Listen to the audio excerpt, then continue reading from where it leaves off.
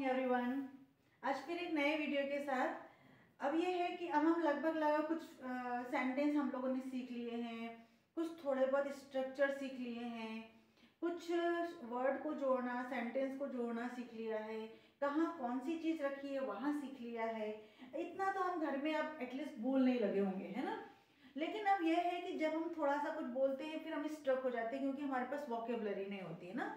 तो वोकेबलरी को लेने के लिए भी हमको क्या करना पड़ेगा, धीरे धीरे जहां से वोकेबलरी मिलती है उसको कैच कर लो, ग्रैब कर लो और उसको पढ़ लो। अपना एक बिल्कुल नोट्स वाली कॉपी बना लो, एक वोकेबलरी की एक अलग से कॉपी ही बना लो जो पूरे टाइम आपके पास रहे और बराबर जैसे उसको याद आया वैसे। और मैं बता रही हूँ सबसे अच्छा तरीका यही कि सुबह से शाम तक जब हम काम करते हैं, फिर जब जहाँ हम कहीं बाहर जाते हैं वहाँ की, फिर हम आसपास जब जाते हैं तो इमीडिएटली कहीं जाना हो जाता है, फिर वहां पे हमको लगता है कि कुछ नए वर्ड वहां से मिल रहे हैं, वहां से ले लेना है ना, और उसको फिर तुरंत सर्च करना और फिर अपना एनहांस करते रहना इंग्लिश। तो ये बहुत अच्छा है। फिर उसको कैसे याद करना, सपोज में कभी अपने मन में आया डे, एक बिल्कुल नॉर्मल सी कॉमन सी चीज है डे। तो डे से अपन क्या बोलेंगे कि डे तो पूरा दिन होता है ना। तो इसको यार उसका उल्टा क्या होगा, इसका अपोजिट क्या होगा, इसका सिनोनिम्स क्या होगा। इस प्रकार से आपकी वोकेबलरी भी बढ़ेगी और आपके अब नंबर ऑफ वोकेब हो जाएंगे आपके पास, ठीक है ना। तो आज अपन इसी वोकेबलरी पे काम करेंगे और फिर कल से जैसा एज प्रॉमिस मी, मैंने ऐसा प्रॉमिस किया था आपसे कि अब हम धीरे धीरे ग्रामर की तरफ चलेंगे ताकि आपका अंदर से डर खत्म हो जाए कि आपको इंग्लिश की ग्रामर भी बहुत अच्छे से बनती है और मैं ग्रामर भी सीख सकता हूँ या सीख सकती हूँ। क्योंकि अब इतने सेंटेंस बोलने के बाद तो व्यक्ति को लगने लगता है कि मैं बिल्कुल इंग्लिश बोल सकता हूँ या मुझे बोलना ही है, I have to speak English very well. तो फिर मुझे लगता है कि कल से हमको थोड़ा थोड़ा क्या सेंटेंस होते हैं, क्या फ्रेज होते हैं, ये हमको इस पर बहुत अच्छे से काम करना पड़ेगा। तो कल के लिए बिल्कुल कॉपी पेन लेकर के बैठ जाएं और तैयार रहें, क्योंकि कल से अपन बिल्कुल नई शुरुआत करने वाले हैं। जैसे अल्फाबेट क्या होते हैं, फिर सेंटेंस क्या होते हैं, वर्ड क्या होते हैं, क्यों जोड़ते हैं, किससे जोड़ते हैं, क्या ऑब्जेक्ट होता है, तो ये हम पूरा बहुत बहुत अच्छे से क्लियर कर लेंगे। और आई होप गाइज आप बहुत अच्छे से इस चीज को एंजॉय करेंगे। आज तक का जो दिन था अपन ने, अभी अगर आप चाहते हो तो वोकेबलरी और बढ़ते जाएगी, क्योंकि ऐसा नहीं है कि वोकेबलरी को केवल एक ही जगह से लिया जाए। वोकेबलरी के कई सोर्सेज होते हैं, हम वहां से जहां जहां से मिलती है और ऐसा भी नहीं कि पूरी डिक्शनरी उठाई और पढ़ने लगो, ऐसा भी नहीं होता। उसमें तो याद ही नहीं रहेगा आपको, वो तो और भी बड़ी गलती। जहां जिसकी जरूरत पड़ी वहां उसके बारे में सोचना और उसको तुरंत सर्च करना और उसका मीनिंग निकाल के वहां पे अप्लाई करना। या किसी ने नया वर्ड बोला उसको अपने दिमाग में रखना, घर आके उसको सर्च करना और उस पर अप्लाई करना, 2-4 सेंटेंस बनाना, तो वो जिंदगी भर के लिए याद हो जाती है ना। तो वोकेबलरी को पढ़ने के लिए ऐसा मैं कभी नहीं बोलूंगी कि आप बहुत बड़े बड़े पेपर तुरंत पहले दिन लेकर के बैठ जाओ। मैंने बताया, हर बार मैं समझाती हूँ कि एकदम जब इंग्लिश सीखते हैं तो उसके लिए डरना नहीं है। पहले बहुत छोटी छोटी स्टोरी पढ़ना, नहीं समझ में आता है तो जितनी शॉप वगैरह उसकी दुकान वगैरह पे जो नाम लिखे रहते हैं, कहीं दूसरी जगह पे छोटे छोटे नाम लिखे रहते हैं वो पढ़ो। फिर ग्रामर सीखते रहे साथ साथ में, और फिर छोटी छोटी स्टोरी बुक पढ़े और फिर आफ्टर 2-3 महीने बाद आपको लगता है तब आप पेपर और किसी बड़े नॉवेल पे आओ।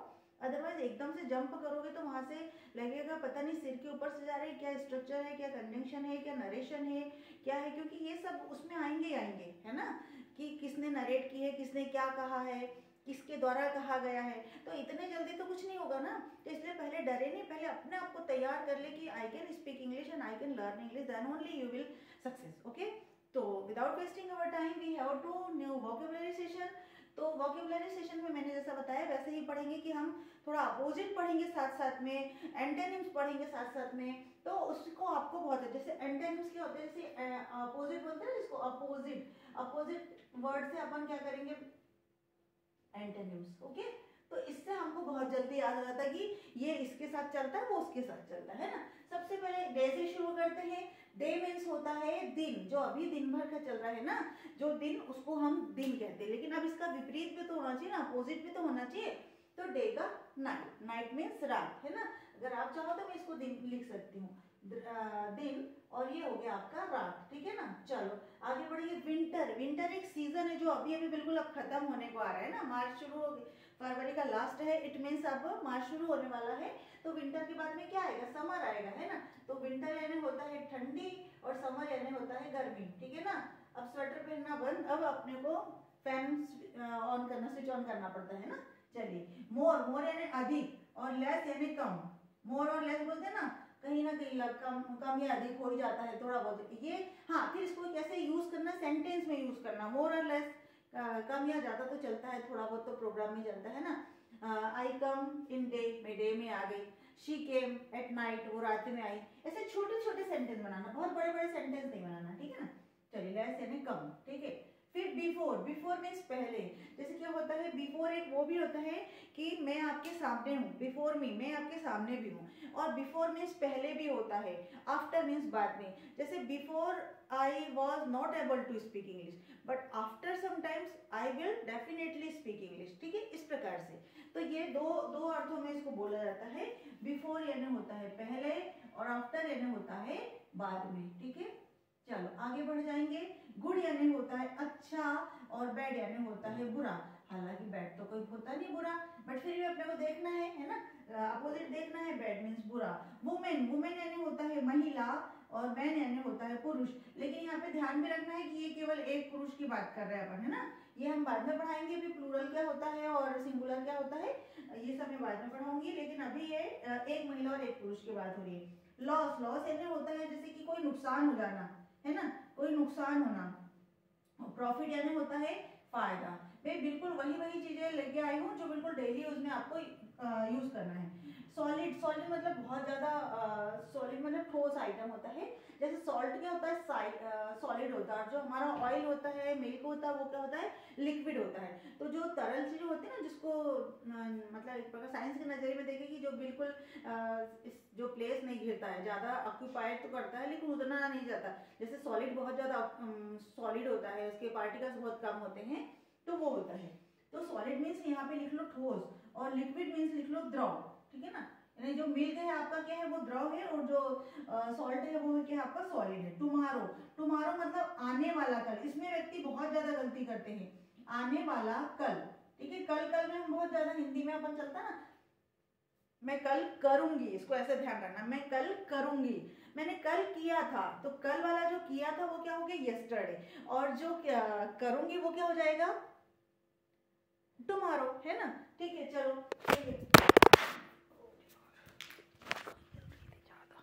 तो क्या करेंगे, आने वाला कल और ये बीता वाला कल, बीता वाला कल, बीता वाला कल, सॉरी, हाँ बीता वाला कल मतलब चला गया जो, है ना। गुड यानी गुड का वही अच्छा और बुरा। लॉन्ग, लॉन्ग है ना, तो बहुत बड़ी बड़ी कोई चीज है, लॉन्ग है, लंबी है, सड़क बहुत लंबी है, तो द रोड इज लॉन्ग, ऐसे भी बोलो। छोटे छोटे सेंटेंस भी बनाना उस पर। लॉन्ग मीन्स लंबा, लंबा का हो जाएगा शॉर्ट, शॉर्ट मीन्स छोटा, शॉर्ट मीन्स छोटा, ठीक है। चलिए सेल, सेल यानी होता है बेचना। अब हम कुछ खरीदने जाते हैं, वो होता है बाय, खरीदना। और फर्स्ट का हो जाएगा लास्ट। हम बोलते हैं ना फर्स्ट यानी पहला, फर्स्ट मीन्स पहला, और लास्ट मीन्स आखिरी वाला। फर्स्ट का पहला और आखिरी, लास्ट मीन्स आखिरी, ठीक है। इस प्रकार से आपको उसको हिंदी भी कर लेना है थोड़ा थोड़ा। वैसे तो मैं आपको एडवाइस दूंगी कि बिल्कुल भी आप ज्यादा हिंदी करने की कोशिश नहीं करो, बिल्कुल इंग्लिश टू इंग्लिश करो, क्योंकि डेली रूटीन के वर्ड है ये, हमको समझ में जल्दी आ जाती है, तो इंग्लिश टू इंग्लिश करो। लाइट का हो जाता है डार्क, लाइट यानी होता है प्रकाश, बहुत ज्यादा प्रकाश करना, और डार्क यानी होता है अंधेरा। जैसे रात में क्या बोलेंगे हम, डार्क, इट इज रात, और ये डार्क, और यहाँ अभी अपन क्या बोलेंगे, बहुत ज्यादा लाइट है यहाँ पे, तो इट इज लाइट, ये लाइट है। वार्म, वार्म में होता है गर्म, अब गर्म शुरू हो गया। कूल, कूल यानी होता है ठंडा। फिर काइंड, काइंड यानी होता है दयालु, बहुत ज्यादा दयालु। जो बोलेंगे शी इज काइंड लेडी, है ना, she is kind, he is kind, वो दयालु है, ठीक है। क्रूएल, CRUEL, क्रूएल यानी होता है बहुत ज्यादा गुस्से वाला, बहुत ज्यादा क्रोध करने वाला, ठीक है। चलिए शैलो, शैलो होता है और डीप होता है। अपन शैलो फ्राई करते हैं ना, इट मीन्स बिल्कुल कम तेल में या ऊपर का ऊपर पानी, कई पानी का होता है बहुत शैलो होता है, शैलो पानी होता है, और कुछ डीप, डीप मतलब होता है गहरा, है ना। शैलो मतलब होता है शैलो मतलब उथला, उथला वाला पानी, है ना, शैलो उथला, और डीप मतलब होता है गहरा। अपन कहाँ यूज करते हैं इसको, शैलो वाटर और डीप वाटर दोनों में करते हैं। और एक और जगह कहाँ यूज करते हैं, शैलो फ्राई और डीप फ्राई। जैसे अनियन वगैरह फ्राई करते हैं तो उसको बोलते हैं शैलो फ्राई, और वैसे बोलते हैं डीप फ्राई, ठीक है ना। फिर आगे देखेंगे अप का डाउन, अप यानी होता है ऊपर और डाउन यानी होता है नीचे। ऊपर और डाउन मीन्स होता है नीचे। ठीक है। बिगिन और स्टार्ट ये हम बहुत ज्यादा यूज करते हैं कि लेट्स बिगिन, अब शुरू करते हैं, लेट्स स्टार्ट शुरू करते हैं। तो बिगिन यानी होता है शुरू करना और एंड यानी होता है खत्म करना। शुरू और ये होता है समाप्त, है ना, समाप्ति या खत्म। फिर ऑड और इवन सुना होगा ना, सम और विषम नंबर, तो ये वही वाला है। ठीक है। फिर फीमेल और मेल, फीमेल मीन्स जो महिलाओं की तरफ से जो जेंडर के लिए यूज किया जाता है, जो फीमेल जेंडर होता है और मेल जेंडर, है ना। तो जो ये महिला वाला जेंडर होता है इसको फीमेल कहेंगे, और ये पुरुष वाला जेंडर है उसको मेल कहेंगे। मेल मतलब पुरुष, है ना। ठीक है। इसको जेंडर में यूज करते हैं। सॉफ्ट, सॉफ्ट मतलब बहुत ज्यादा मुलायम।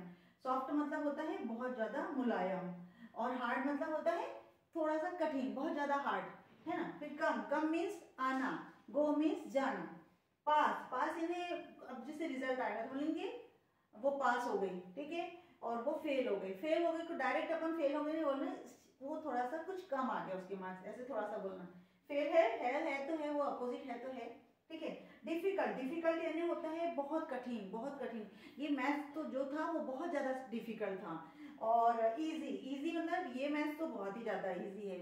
इंग्लिश सीखना सो डिफिकल्ट, बहुत ज्यादा तकलीफ है, लेकिन इंग्लिश सीखना बहुत इजी है। This is cup of tea for me, this is क्या cake, piece of cake for me. Learning English is piece of cake for me. मेरे लिए इतनी सरल है इंग्लिश बोलना और इंग्लिश सीखना कि ऐसा लगता है कि पीस के समान, एक केक के पीस के समान। तो ये उतनी ही इजी और डिफिकल्ट है। तो डिफिकल्ट कभी सोचना नहीं, इजी ही होती हर चीज।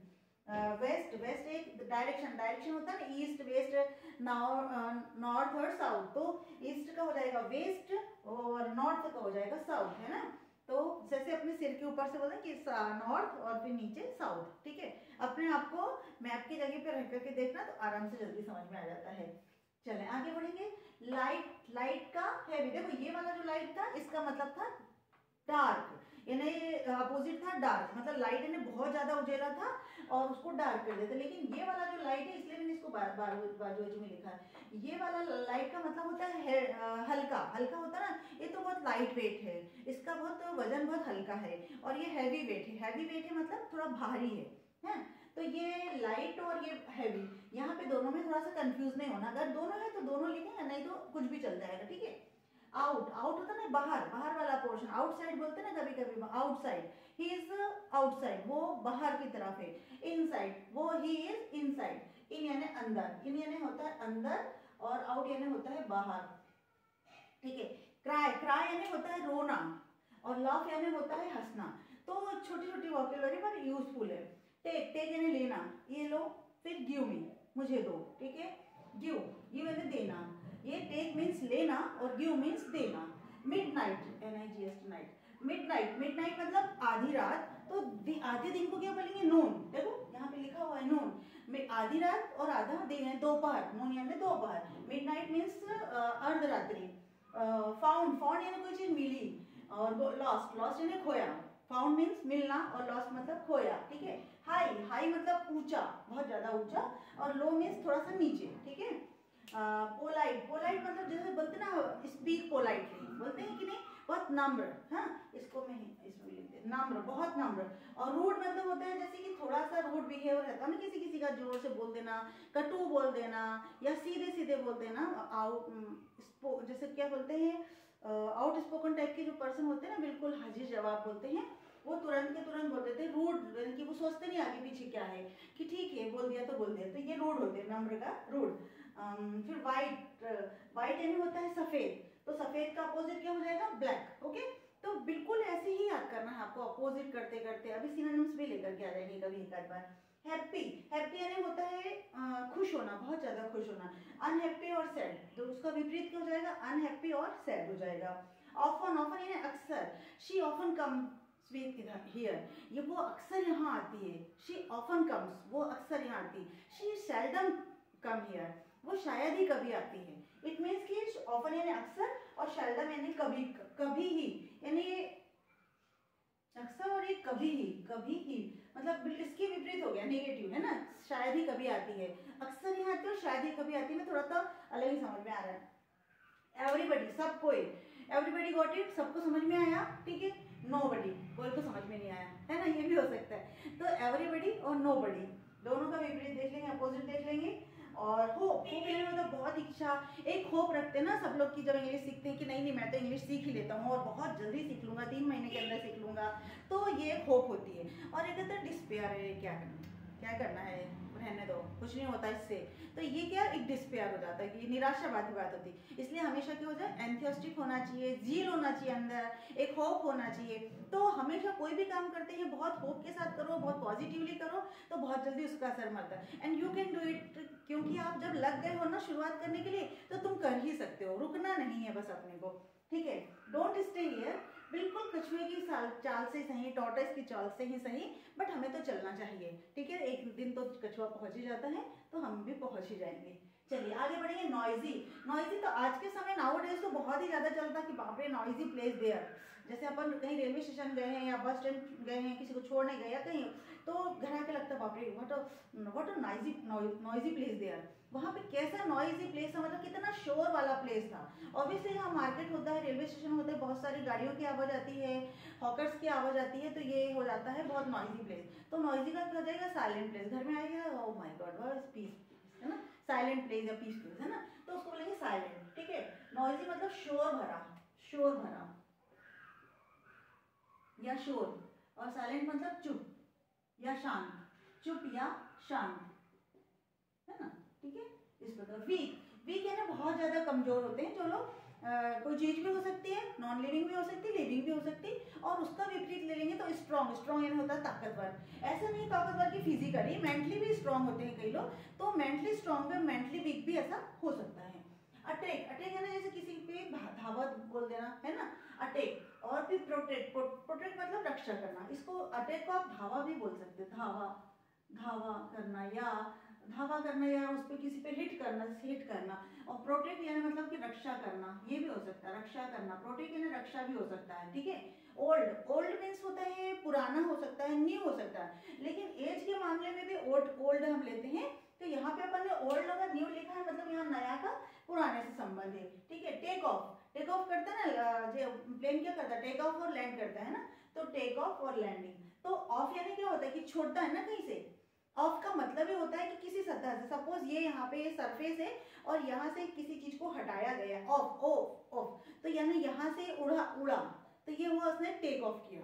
और फिर जब उतरा तो क्या, लैंड किया, है ना। ऑफ का मतलब ही होता है कि किसी चीज से हटना, किसी चीज से हटना, ठीक है। वैकेंट, वैकेंट यानी खाली, बहुत ज्यादा खाली है, खाली है स्पेस, आप आ सकते हो, खाली है, वैकेंट है, इधर सीट वैकेंट है। अक्सर आपने इंटरव्यू वगैरह में सीखा होगा ना, सीट वैकेंट है, या कि जब कोई इश्तिहार निकलता है इंटरव्यू के लिए या कोई जॉब के लिए, तो उसमें लिखा रहता है इतनी सीट वैकेंट है। और ऑक्यूपाइड, ऑक्यूपाइड है भरी हुई है ना, ये वाला जो प्लेस है वो वैकेंट है। फिर यदि वहां पे कोई चीज भर दिया तो ऑक्यूपाइड कर लिया, उसको कवर कर लिया गया, उसको भर दिया गया, ठीक है ना, भरा हुआ। फिर होता है टिमिड, टिमिड थोड़ा सा नया शब्द है लेकिन अच्छा लगे, जैसे अपन बोलते हैं ना कोवार्ड, एक लाया है शायद मैंने, कोवार्ड बोलते हैं ना, कि जैसे कि बहुत ज्यादा जो कायर लोग होते हैं, तो यहाँ पे कायर और थोड़ा सा मैं अंतर, डरपोक होते हैं ना, कई लोग बहुत ही ज्यादा डरपोक होते हैं, उसको बोलते हैं टिमिड, है ना। और इसको बोल्ड, बोल्ड यानी बिल्कुल भी डर नहीं लगता, अरे ठीक है देखा जाएगा जैसा होगा वैसा होगा, देखा है ना, अरे आ गया तो आ गया, ठीक है अपन इधर से निकल जाएंगे, इधर सांप सामने आ गए तो कई लोग बहुत ही ज्यादा खतरनाक ही चढ़ जाए, कई लोग इधर से निकल जाते हैं कि कोई बात नहीं। जैसे कोई बिल्ली दिख गई तो बिल्ली से बड़ा खतरनाक डर जाते हैं, छिपकली दिख गई छिपकली से डर जाते हैं, है ना। तो टिमिड, टिमिड यानी डरपोक। और बोल्ड, बोल्ड यानी ठीक है चलता है, इसको हटा देंगे चल जाएगा। बोल्ड यानी बिल्कुल भी निडर, निडर बोलते हैं इसको, निडर, ठीक है। रिच, रिच यानी होता है धनी, बहुत ज्यादा पैसे वाला। और पुअर यानी होता है गरीब। तो पुअर और गरीब को तो ऑलमोस्ट मुझे लगता है कि सबको ही पता होगा। चलिए आगे बढ़ेंगे। कोवार्ड, कोवार्ड और ब्रेव। कोवार्ड मतलब होता है जैसे बिल्कुल कायर व्यक्ति। हाँ एक चीज और, ये इसको मैं कुछ उसमें बता देती हूँ। जैसे अपन बोलते हैं ना कोवार्ड व्यक्ति, कोवार्ड पर्सन, ऐसा नहीं बोलना है, कोवार्ड बोल दिया है, इट मीन्स उसका मीनिंग ही होता है कायर व्यक्ति, ठीक है ना। लेकिन ब्रेव है ना बहादुर, बहादुर, कोवार्ड का अपोजिट ले लेंगे तो बहादुर हो जाएगा। तो ऑन एंड ऑफ बोलते हैं ना, ऑन एंड ऑफ, रुक रुक कर हो रही है, on end of, bar bar. On यानी होता है चालू करना, ऑफ यानी होता है बंद करना। ठीक है, आप हमेशा स्विच ऑफ कहते हो, स्विच ऑन कहते हैं, टर्न ऑन कहते हो, टर्न ऑफ कहते हैं ना। टर्न ऑन यानी चालू कर देना, टर्न ऑफ यानी बंद कर देना, स्विच ऑन यानी चालू कर देना और स्विच ऑफ यानी बंद कर देना। इलेक्ट्रिक के और वाटर के टैप वगैरह के लिए अपन इसको याद लाते हैं। चलिए, अंडर, अंडर यानी होता है नीचे, है ना, इसको मैंने अभी परसों प्रेपोजिशन में ले लिया था। अंडर, अंडर मीन्स नीचे, और ओवर, ओवर मीन्स नीचे। अंडर मीन्स जो बिल्कुल नीचे की सतह पे है, सरफेस पे है, किसी चीज से कवर है, उसको बोलते हैं अंडर, और ओवर मीन्स ऊपर, ठीक है। और फ्रीज, फ्रीज और मेल्ट, फ्रीज यानी होता है ना ठंडा, एकदम एकदम ठंडा, फ्रीज कर लिया, एकदम ठंडा कर दिया। और मेल्ट, मेल्ट यानी एकदम पिघला हुआ, मेल्ट मतलब इतना ज्यादा गर्म हो गया है वो कि वो पूरा मेल्ट हो गया, मतलब वो लिक्विड कंडीशन में होगी। देखो मैंने यहाँ पे समझाया था आपको, ये समझाया था एक जगह, सॉलिड, ये सॉलिड और लिक्विड। देखो सॉलिड अगर हमने फ्रीज किया हुआ है तो वो क्या हो जाता है, सॉलिड हो जाता है। वाटर को यदि फ्रीज कर देते हो तो क्या होता है, सॉलिड में कन्वर्ट हो जाता है ना।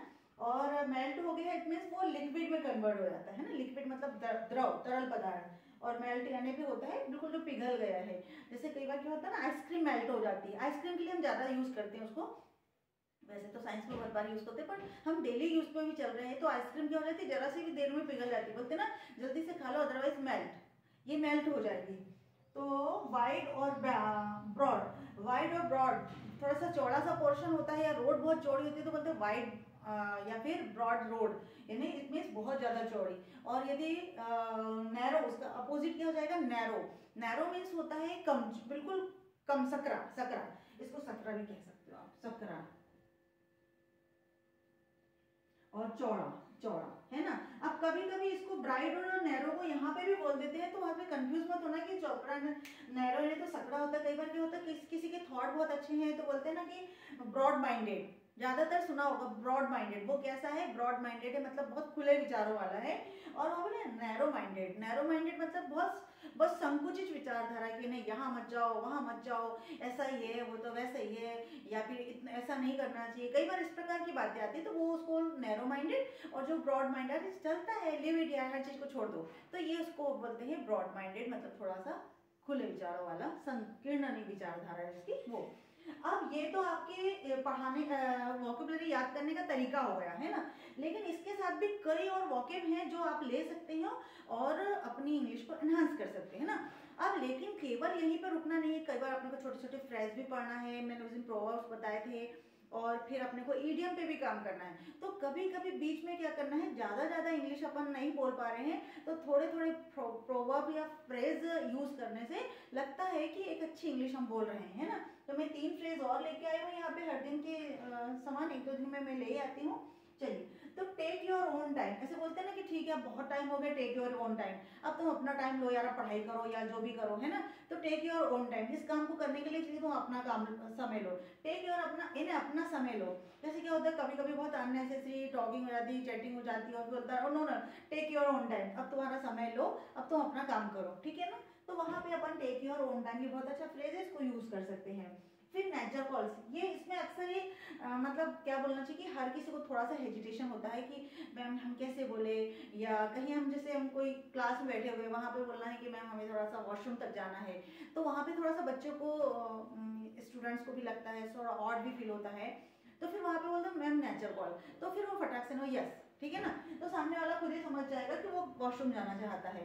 तो वहां के लिए एक नेचर कॉल्स बहुत अच्छा है, ये इसको आप यूज कर सकते हैं। तो थोड़ा सा आपकी इंग्लिश की भी अच्छी लगेगा, कि सामने वाले को लगेगा कि इसकी इंग्लिश अच्छी है, और आपको भी थोड़ा बोलने में जो हेजिटेशन पहले हो रहा था वो नहीं होगा, है ना। फिर होता है 24/7, 24/7, इसको वैसे बोलते हैं 24/7। एक्चुअली इसको बोलने का तरीका ये है 24/7, इट मीन्स कि 24 घंटे अवेलेबल, पूरे टाइम अवेलेबल, है ना। हर समय, every time, every moment you available है। जैसे बोलते हैं मम्मी को लिए बोलते हैं ना, mummy is every time available. Every time available means 24/7, 24/7 मतलब 7 दिन के 24 घंटे, यानी एक दिन में कितने घंटे होते हैं, 24 घंटे, और 7 दिन मतलब पूरे सप्ताह और पूरे 24 घंटे मतलब अवेलेबल रहते हैं, आपको हर चीज प्रोवाइड करती है मम्मी। तो इसके लिए बोलते हैं। कई लोग बहुत ज्यादा काम भी करते हैं, ऑफिस में बहुत ज्यादा काम करते हैं, उनको भी बोलते हैं 24/7, वी आर अवेलेबल, हम अवेलेबल है 24/7। तो इस प्रकार आप भी इसको बोल करके अपनी इंग्लिश को एनहांस कर सकते हैं और उसको थोड़ा सा शाइन कर सकते हो, और मुझे उम्मीद है कि आप बिल्कुल बिल्कुल कर रहे हो। Thank you for watching me.